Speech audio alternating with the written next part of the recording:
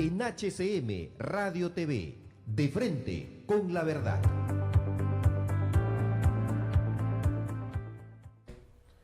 Muy buenas tardes, amigos. Bueno, un día más, un programa más este día viernes. El día de hoy estamos con Franco Mori, quien es comunicador especializado en periodismo digital, es redactor y director periodístico de Lucidez. Recordemos que Lucidez es un portal web de noticieros, también publicación sobre artículos periodísticos, de opinión, uno de los líderes a nivel nacional, uno de los pioneros en el tema del periodismo digital. ¿Cómo estás, Franco? Buenas tardes y tu saludo a los que nos siguen por el internet en HCM.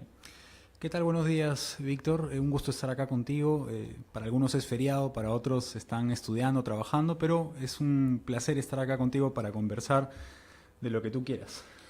Bueno, Franco, el día de hoy tenemos en primer lugar el primer bloque. Vamos a hablar sobre la coyuntura, sobre lo que viene ocurriendo, ¿no? Por ejemplo, es una pena lo que ha venido ocurriendo con el tema del incendio acá a unas cuantas cuadras de aquí, en verdad. De la radio. Sí, pues de acá de esta radio. Y también lo que ha venido ocurriendo a nivel todo el caso de Chinchero, ¿no? Que ha estado, digamos, las secuelas que han ocasionado la renuncia de Vizcarra después de Torne, y ahora prácticamente está en capilla el ministro Zavala, ¿no? ¿Cuál es tu opinión sobre así como un cachito de lo que ha venido ocurriendo último? Bueno, son varios temas para empezar. Y creo que tampoco es que se puedan combinar mucho, ¿no? Uh-huh. Tenemos por una parte la crisis política, que se ha visto marcada principalmente por el asunto del contralor Edgar Alarcón, que creo que poco tendría que ver con las desgracias que hemos tenido en las últimas semanas, los incendios acá en las Malvinas, que hemos tenido en otras partes también acá del centro de Lima y de la capital, pero sin lugar a duda yo creo que explican cuál es el panorama que vive ahorita nuestro país. Es decir, continuamos en una ola de informalidad, continuamos también en esta política sucia, y que se pensaba que con este gobierno iba de repente a acabar. No tenemos el gobierno de lujo, Pedro Pablo Kuczynski, con ministros que se supone tienen una trayectoria envidiable, una trayectoria profesional envidiable, y sin embargo están metidos en escándalos de audios. O sea, esta cuestión ya viene desde la época de Montesinos y seguimos viendo temas de audios, ¿no? Sí, en verdad eso es algo que preocupa, ¿no? Más allá del tema legal, digamos que acá con cualquier frescura uno puede grabar, o sea, bueno, en verdad en primera instancia todos sabemos que las entidades públicas, al menos los que hemos trabajado en algo de gestión pública, que todas las entidades públicas tienen oídos, ¿no? Y en segundo lugar, no sé si este gabinete de lujo peca de ingenuos. Bueno, el tema que nos convoca hoy es el tema del indulto de Alberto Fujimori. Me comentaste que habías escrito sobre el tema, y hay un primer video para pasarlo. Adelante con el video sobre el indulto. Tenemos información de último minuto en el diario The Economist. El presidente Pedro Pablo Kuczynski, en una entrevista aparentemente que le han hecho, dice lo siguiente, dice: el presidente Kuczynski evalúa posibilidad de indultar a Alberto Fujimori. Entre comillas, es lo que ha dicho PPK, el tiempo de hacerlo es ahora. Esa es la frase que ha utilizado justamente el presidente Pedro Pablo Kuczynski en una entrevista al diario The Economist. Inmediatamente Kenji Fujimori en su cuenta de Twitter le agradece: gracias, señor presidente, es hora de voltear la página, le estaré eternamente agradecido. Eso es lo último de la información. Bueno, estamos en vivo para Canal N. La revista The Economist ha publicado hoy unas declaraciones de usted en una entrevista en la que señalaba que es el momento de indultar a Alberto Fujimori. ¿Usted se lo piensa así? Mire, yo creo que es el momento de ver el tema, ¿no? Yo me cuidé mucho en esa entrevista de decir qué cosas se me podía atribuir y qué cosas no, ¿no? Ha salido esto, bueno, se verá con tranquilidad. Ahora, Kenji Fujimori incluso lo ha saludado y ha dicho que le estaría eternamente agradecido si lo indultan. Mire, lo único que yo quiero decir es que no hay ninguna conexión entre un indulto humanitario y la política peruana. La política es una cosa, la salud de la persona es otra cosa. ¿Usted lo está evaluando entonces ahora? ¿Lo está evaluando ahora entonces? Yo siempre he estado evaluando y estamos adelantando.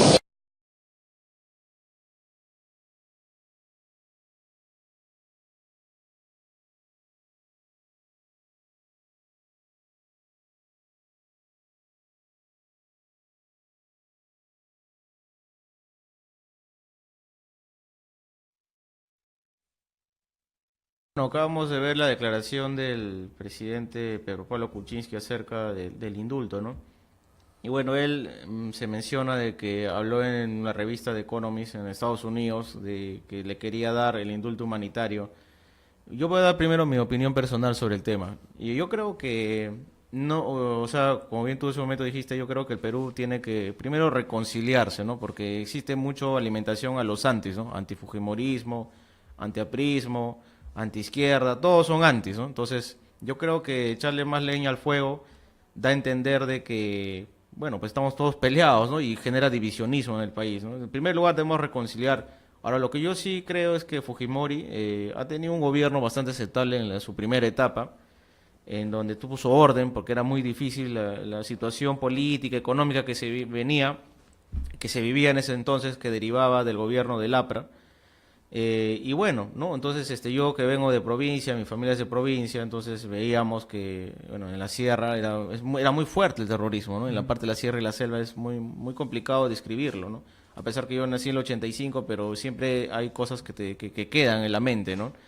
Ahora, respecto a lo que yo creo que no le va a perdonar nunca el pueblo del Perú, es de que él haya cometido, bueno, juntamente con muchos funcionarios, muchos desfalcos al Estado, ¿no? Ahí están implicados en muchos casos de corrupción, incluso se le culpa de temas de lesa humanidad, porque creo que se le pasó la mano. Entonces, cuando a ti te sentencian, bueno, tú tienes una pena privativa de libertad, tienes que pasar la pena en la cárcel, ¿no? Y eso es lo que igual él o cualquier otro preso tiene que hacerlo. Yo como abogado siempre tengo que tratar de defender la legalidad, porque si es que él tiene sentencias y por ende ha cometido delitos, tiene que cumplir la pena que le corresponde, ¿no? Independientemente si va a morir o no allá, hay que recordar que ya hubo presidentes que estuvieron procesados, y sobre todo el caso emblemático que es Leguía, ¿no? Que terminó en la cárcel, ¿no? Entonces yo a lo que voy es de que uno tiene que defender la legalidad, ¿no? Más allá de que haya sido buena, mala su gestión, sea o no sea popular Alberto Fujimori, yo creo que no debemos llevarnos bajo apasionamientos o a favoritismos o a cosas que sigan dividiendo al país, porque si es que sale Alberto Fujimori o lo indultan, yo creo que esto va a polarizar más aún el clima político, ¿no? Esa es mi opinión personal. ¿Tú qué tienes al respecto? ¿Qué piensas, Franco? Yo más bien me dejo guiar por una cuestión concreta que ha estado pasando en los últimos años. Si te pones a analizar, la tensión política ha ido en aumento desde los últimos 10, 15 años de repente. De repente en la época de Alan García no era tan fuerte como desde que asumió el gobierno Ollanta Humala.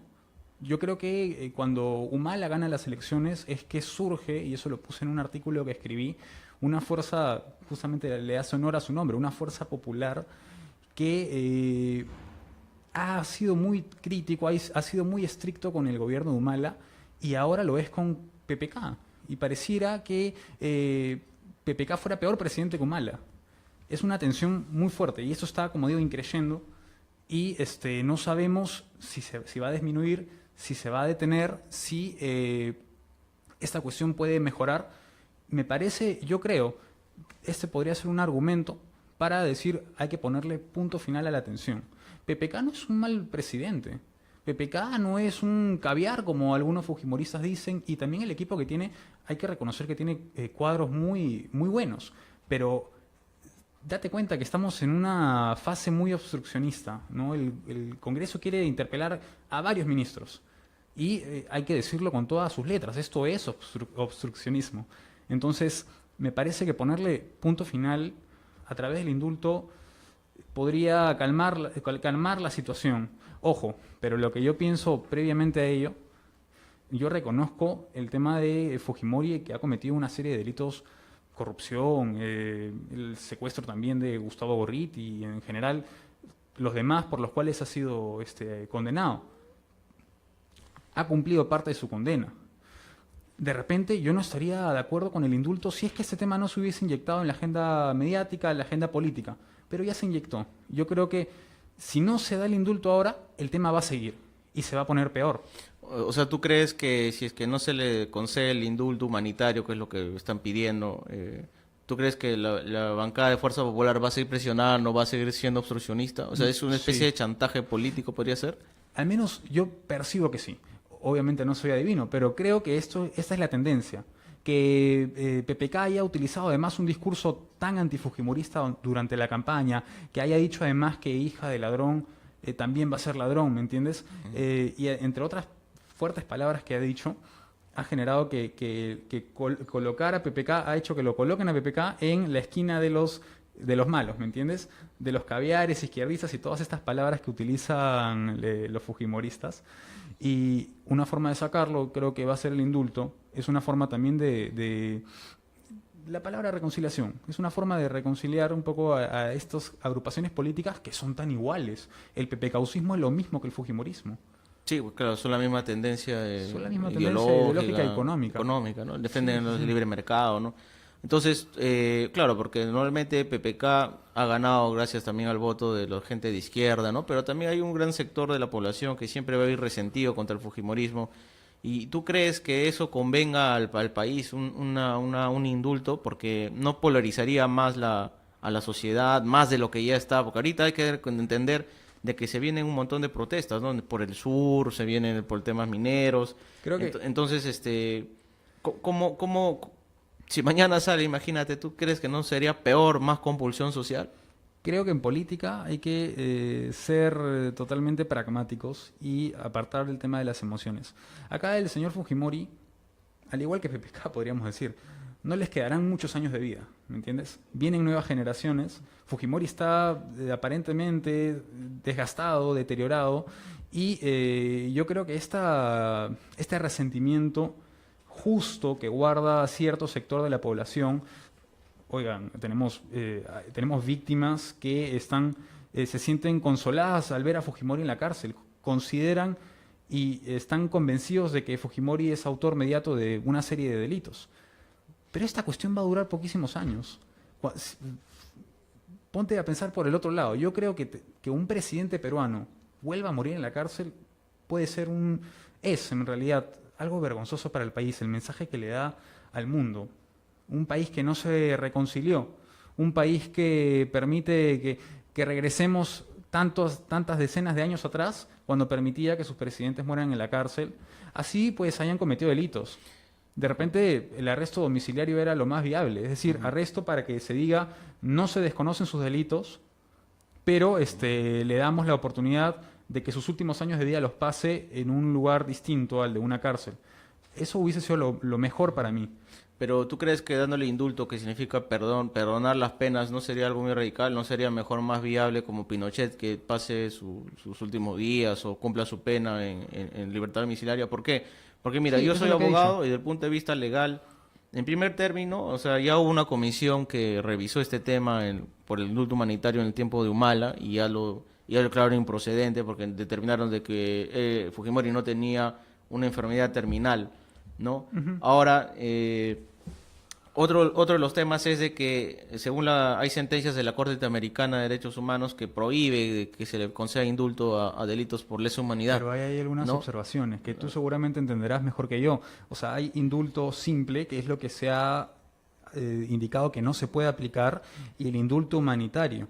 Ahora bien, si nos ponemos a hablar de otros temas, yo no quiero defender a Fujimori porque yo no soy fujimorista, ¿ok? Pero me parece habría que considerarse una serie de hechos también. Es decir, había un juez del Tribunal Constitucional que dijo que la sentencia debía anularse e iniciarse un nuevo proceso judicial porque se acusaba a César San Martín, el juez a cargo de los juicios de Fujimori, parcializado y sesgado. Que se le acusa de ser de izquierda, pues, ¿no? Al señor que tiene mucha tendencia al caviarismo, ¿no? La verdad es que yo no estoy al tanto de su trayectoria, honestamente. Yo no voy a decir que es un caviar. De hecho, yo lo he escuchado y me parece una persona muy inteligente. Pero hay una serie de pruebas que no se esclarecieron en su momento. El juez San Martín me parece puso a consulta el tema de la sentencia a gente de otros países. Y es más, peor aún, creo que estudiantes de leyes. Me disculparán si me estoy equivocando en este detalle, igual no quita el hecho de que él haya sometido a consulta su sentencia en otro país, pero eso deslegitima un poco la labor del magistrado peruano. Sí. Y ahora, hablando algo del tema legal, ahora, y el principio de igualdad que se debe tener en todo lo que es el tema del derecho carcelario, se supone que si a ti te piden libertad, tú tienes que cumplir, digamos, la pena, ¿no? Los indultos proceden de manera bastante extrema, pero no se ha comprobado que Fujimori esté en graves condiciones, porque, por ejemplo, hay declaraciones de que es el único preso del Perú en el cual su médico le da autorización para que pueda salir, ¿no? Por ejemplo, y no se comprueba de que él esté en grave enfermedad o en grave riesgo su vida.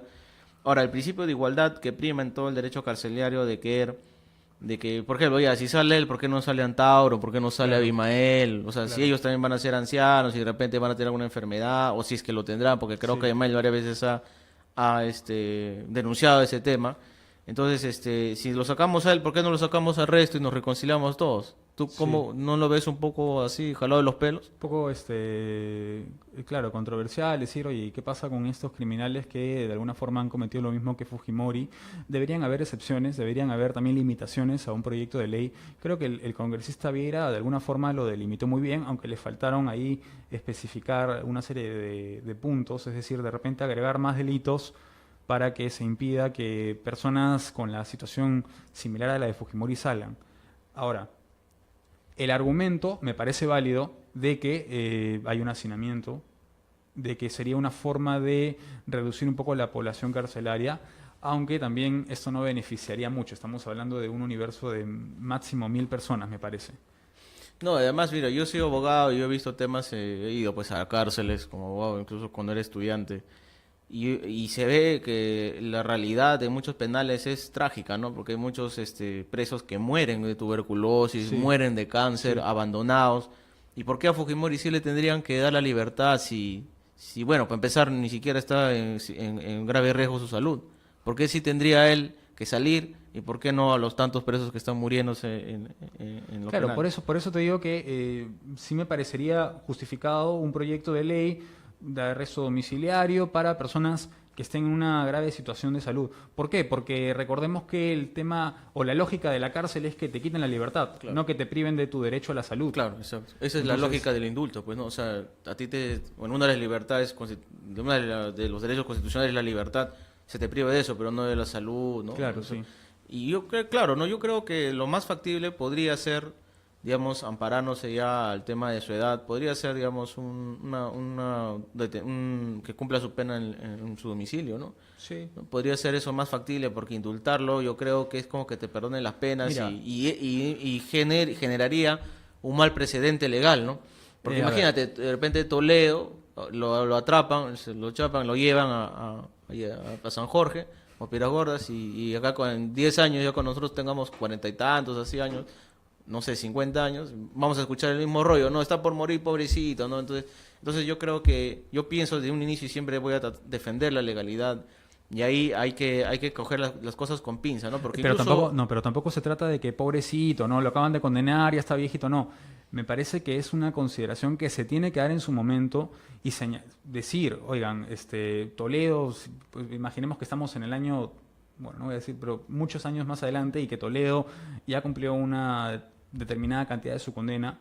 El señor, imaginemos que está muy deteriorado, incluso, me van a odiar, pero incluso creo que estaría de acuerdo con que se le aplique alguna forma de indulto, si es que para ese entonces habrá arresto domiciliario. Estaría de acuerdo en esa situación también. Cualquier presidente, en verdad. Sí, Salvo, y esa es la excepción creo que más importante, alguien que como Humala se está investigando si es que el señor estuvo presente en los aniquilamientos de Madre Mía, ¿no? de Madre Mía que se le están acusando. Sí, más que seguro, porque hasta Antauro le Sí, tiró sí, dedo, sí. ¿no? Sí, sí. Bueno, acabamos con el primer bloque y regresamos en De Frente con la Verdad.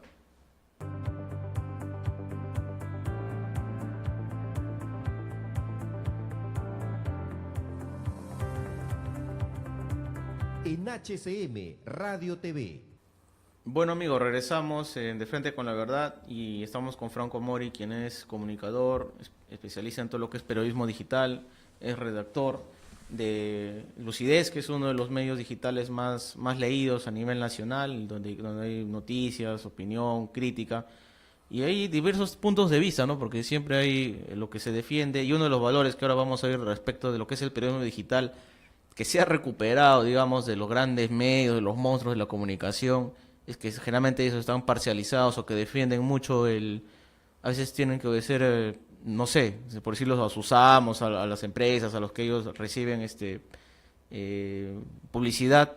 Sin embargo, uno de los valores más importantes del periodismo, y yo que soy, hago algo de periodismo sin ser periodista, se ha recuperado lo que es la transparencia, ¿no?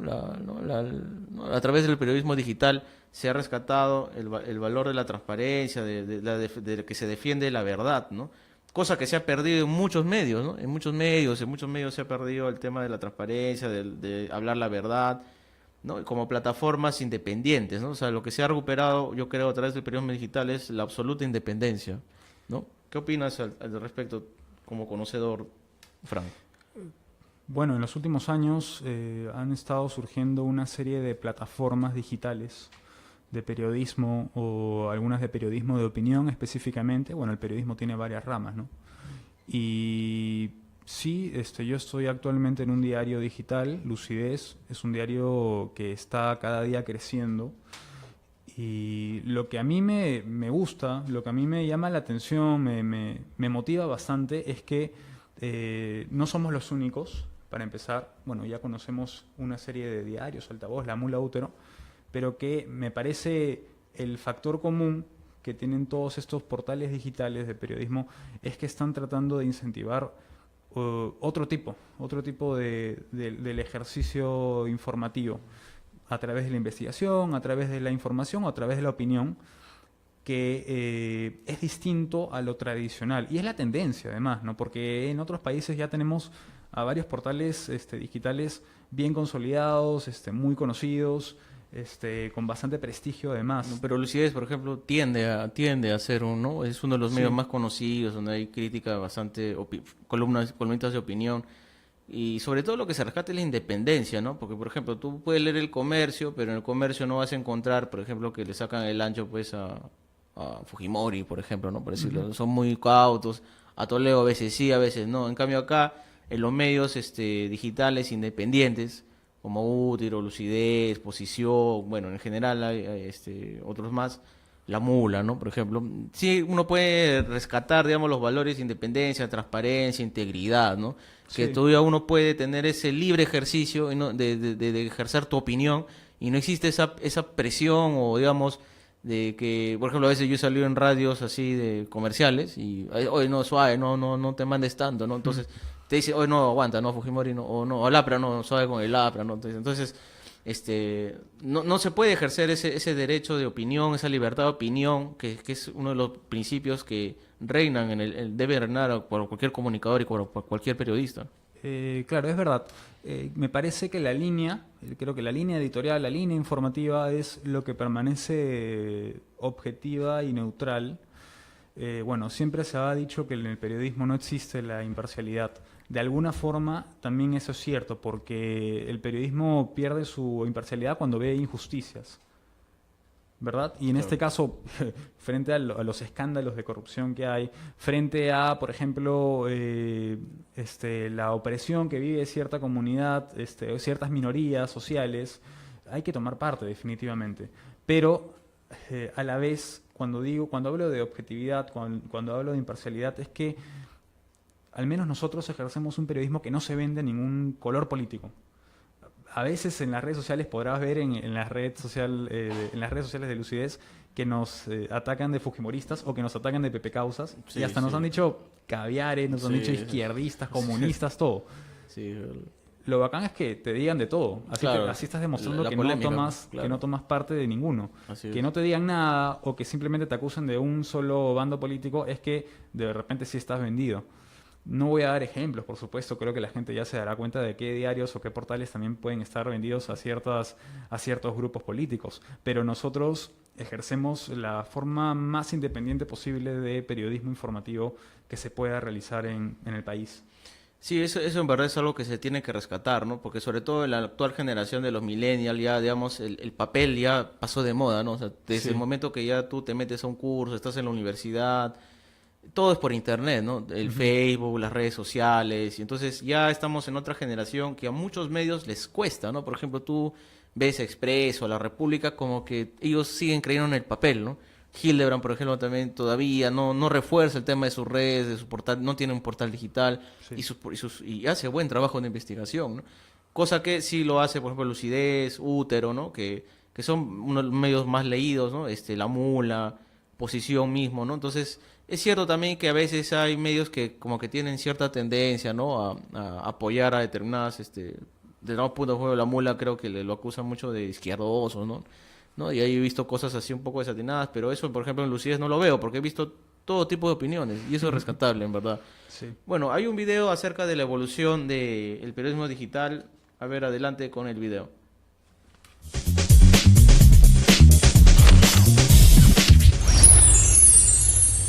El periodismo digital es la convergencia de los medios tradicionales, prensa escrita, radio y televisión, en una misma plataforma denominada Internet. Los antecedentes del periodismo digital se remontan a 1993 en Estados Unidos, cuando varias editoras de prensa publicaban información en Internet. El primer sitio web proveedor de información fue el diario The Chicago Tribune a través de American Online. Para 1994 se encontraban en línea más de 70 publicaciones como Mercury Center, The Chicago Tribune, The Atlanta Journal and Constitution y The New York Times. Las versiones digitales de estos periódicos ofrecían el mismo contenido que la versión impresa. Pero en la actualidad hemos visto una evolución del periodismo digital, con características orientadas a la inmediatez, a la integración de formatos, interactividad y a la optimización de los recursos digitales. Las tres características que destacan del periodismo digital son multimedialidad, integración de formatos como texto, audio, video, gráficos y fotografías, hipertextualidad, acceso a la información multidimensional y una navegación a través de hipervínculos. Interactividad, usuarios activos dentro del medio que se comunican de forma instantánea a través de comentarios. Periodismo digital le permite a los periodistas crear un medio independiente de las grandes agencias noticiosas. Brinda una alternativa para ejercer el periodismo con los mismos fundamentos de la ética y búsqueda de la verdad, a través de una plataforma sin limitaciones de comunicación y con alcance global. Pero también significa para los comunicadores y periodistas nuevos retos teóricos y prácticos para entender este medio dinámico e innovador. Bueno, acabamos de ver un video bastante interesante de cómo es el periodismo digital, cómo ha evolucionado desde la aparición prácticamente del Internet en el 93 a estos tiempos. Incluso podemos ver, por ejemplo, el comercio, que ya también le ha bajado el tiraje al medio escrito y también está tratando de apostar por el medio digital. Y hay dos cosas que se rescatan de acá, Franco, que es ética y la búsqueda de la verdad. ¿Tú qué puedes decir al respecto como uno de los directores de Lucidez acerca de que se trata, o sea, los medios digitales que no dependen de publicidad, no dependen, no como dicen, no son mermeleros, como, ¿no? Sí. ¿Qué rescatas ahí? En Diario Lucidez, que es todavía un diario joven, de repente es de los más jóvenes que ha surgido en los últimos 3 años, tratamos de guiarnos justamente en primer lugar, un principio de imparcialidad, es decir, hace un rato te lo comentaba, pero quisiera ahondar un poco que no irnos únicamente hacia un lado. Si hay algo que criticar, si hay algo que la gente tiene que criticar, bueno, se tomará ese camino, pero no hacer una avalancha sobre algo. Eso es en primer lugar. En segundo lugar, me parece que el reto del periodismo el del periodismo digital, es la investigación, porque la investigación solamente a través de ella es que tú vas a descubrir cuando hay cuestiones delictivas en cualquier esfera pública, ¿no? Cualquier sector, sea economía, sea política, sea delincuencia en general, ¿no? Y ese es el gran reto porque es complicado. Normalmente las fuentes informativas recurren a medios grandes para poder dar a conocer sus historias y no recurren a medios que todavía están surgiendo. Entonces, eso es como principal reto. Sin embargo, me parece que el surgimiento de medios digitales da la oportunidad a que se pueda dar distintas miradas, porque también es cierto que en medios tradicionales hay algunos que, mencioné la palabra avalancha, hay algunos que se lanzan contra alguien en específico y pierde el sentido de simplemente revelar algo, ¿no? Es decir, de periodismo de investigación se transforma en aplanadora, ¿no? Y van en contra de algo muy fuerte, no sé. Tercero, bueno, sí, también la ética. Es decir, no impartir información manipulada ni falsa y más bien condenar ese tipo de prácticas, condenar el tema de las cortinas de humo, que sí sabemos que hay bastantes, y mantenerse dentro de ciertos parámetros, ¿no? Claro, porque por ejemplo algo que bueno, hablando justo de los tiempos de Fujimori, quizás en otros tiempos más, ¿no? De los diarios chicha, por ejemplo, ¿no? De ese manejo de la información malintencionada o muy sensacionalista se ha perdido, ¿no? Con la aparición de los medios digitales, ¿no? Lo que hay bastante es la mofa, el sarcasmo, pero esa manipulación de la información se ha perdido, ¿no? Y una de las cosas que yo rescato bastante de los medios digitales, porque no solamente son medios escritos, ¿no? Por ejemplo, tenemos HCM Radio TV, también es un medio digital, Digital TV Perú también es un medio digital, ¿no? Y entonces esta es una tendencia mundial, ¿no? Que de repente bueno, con el crecimiento de las últimas tecnologías va a hacer que crezca, ¿no? Y de repente digamos, el comienzo del fin de los medios tradicionales como la radio AM, FM, como la televisión, ¿no? Porque ya si tenemos radio, televisión, medio escrito en uno solo, ¿no? Es cuestión solamente ya de tiempo, de que algún día esto va a terminar arrasando, ¿no? Lo cual, digamos, compromete a esta generación a apostar por las nuevas tecnologías, ¿no? Porque lo que se quiere acá es defender, se busca la verdad, ¿no? La mayoría de portales, Franco, que se manejan solo por internet, son jóvenes. Por ejemplo, aquí casi todos no superan ni pero se pone edad por medio de 30 años, ¿no? Aquí en Digital TV también, por ejemplo, todos son jóvenes, en tu medio igual, ¿no? Siempre hay una mezcla de experiencia por ahí, ¿no? Porque siempre tiene que haber alguien que dé las pautas, ¿no? Digamos, pero digamos, la tendencia y la mayoría son jóvenes, ¿no? Los que escriben, los que opinan, los que dirigen programas. Sí, dos cosas respecto de lo que has dicho. Lo primero, que yo no creo en el fin de la prensa tradicional. No creo que el tema del diario impreso se vaya a extinguir. No soy partícipe de eso. Me parece que al contrario se puede fortalecer siempre y cuando haya una comunión con el tema digital. Me parece que sería lo correcto. Además porque hay gente, están surgiendo nuevas generaciones, pero las viejas generaciones o las generaciones más antiguas todavía recurren al papel, todavía recurren a la radio o a la televisión. Entonces, me parece que tiene para rato el tema del periodismo tradicional, que no se va a extinguir, y son formas de recibir información. De repente, las futuras generaciones sí recurran a periodismo digital, a plataformas web, pero de repente se sentirán algunos más cómodos leyendo un periódico o una revista. No lo sé tampoco. Yo creo que no se va a extinguir, al menos ahora, ¿ok? No, claro, ahora no. Ahora no, claro. Y pero tampoco... quizás en 20 años veremos cuáles son los resultados, porque tú te imaginas ya de más adultos, por ejemplo, yo acá en 20 años que cumpliría 45 o 42 años, no me veo, te juro. Ahora, por ejemplo, si yo veo Lucidez, leo Oposición, leo Útero, el panfleto, por ejemplo, que también es para reírse un rato, pero no cojo, solo Hildebrand nomás cuando los viernes. Bueno, sí hay un factor social de las generaciones que van y vienen, pero también hay un factor cultural. Tú vas a Pamplona y hay muchos lugares donde prefieren escuchar la radio local. Sí, así es. Y hasta jóvenes no les interesa utilizar internet. ¿En cuántos lugares se repetirá esta misma situación? No, a nivel de provincia es grande, ¿no? Pero digamos los lugares urbanos...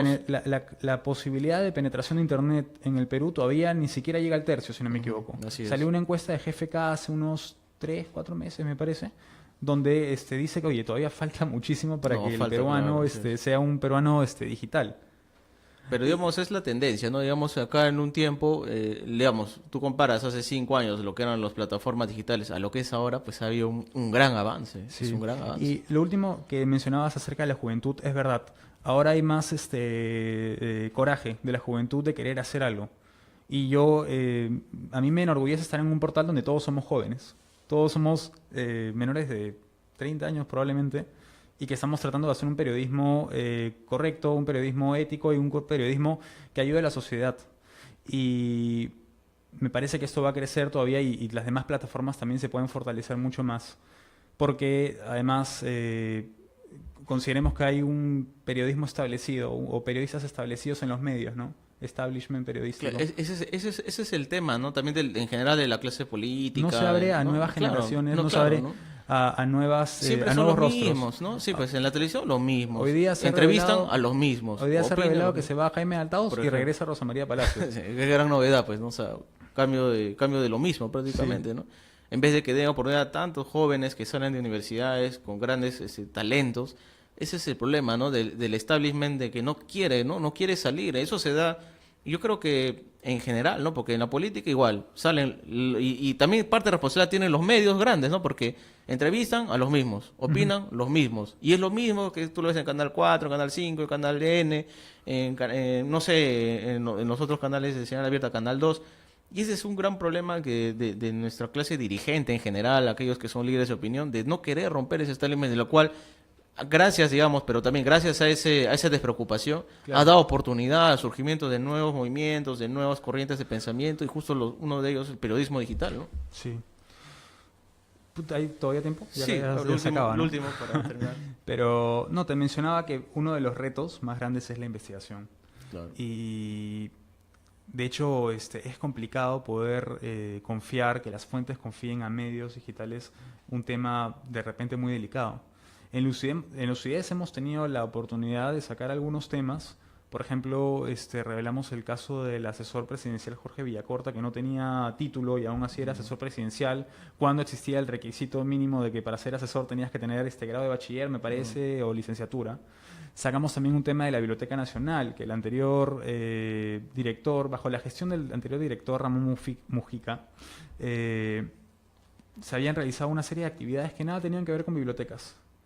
Por ejemplo, ¿no? Entonces, esos temas que son importantes y que deberían surgir cada vez más, deberían confiarse a plataformas digitales y ir cuestionando, porque de repente el periodismo tradicional no lo va a hacer. A veces el periodismo tradicional está muy concentrado en el presidente, en el Congreso, ¿me entiendes? Sí, pues se centraliza los grandes medios, siempre es así, ¿no? Al presidente, para mí, pues, ¿no? El Congreso y PCM, pero Congreso y PCM, Sí. ¿no? No hay. Pero bueno, para eso estamos nosotros, ¿no? Para, como medios alternativos, que se defiende la libertad, la ética, la transparencia, ¿no? Romper este establishment, ¿no? Y eso permite a que siga creciendo, ¿no? Que hay mucha oportunidad ahí. Bueno, amigos, será hasta el próximo viernes. Muchas gracias por seguirnos y no se olviden de siempre estar con nosotros a través de nuestras redes sociales y de la página web. Muchas gracias, hasta el próximo viernes. Gracias, Franco. Gracias.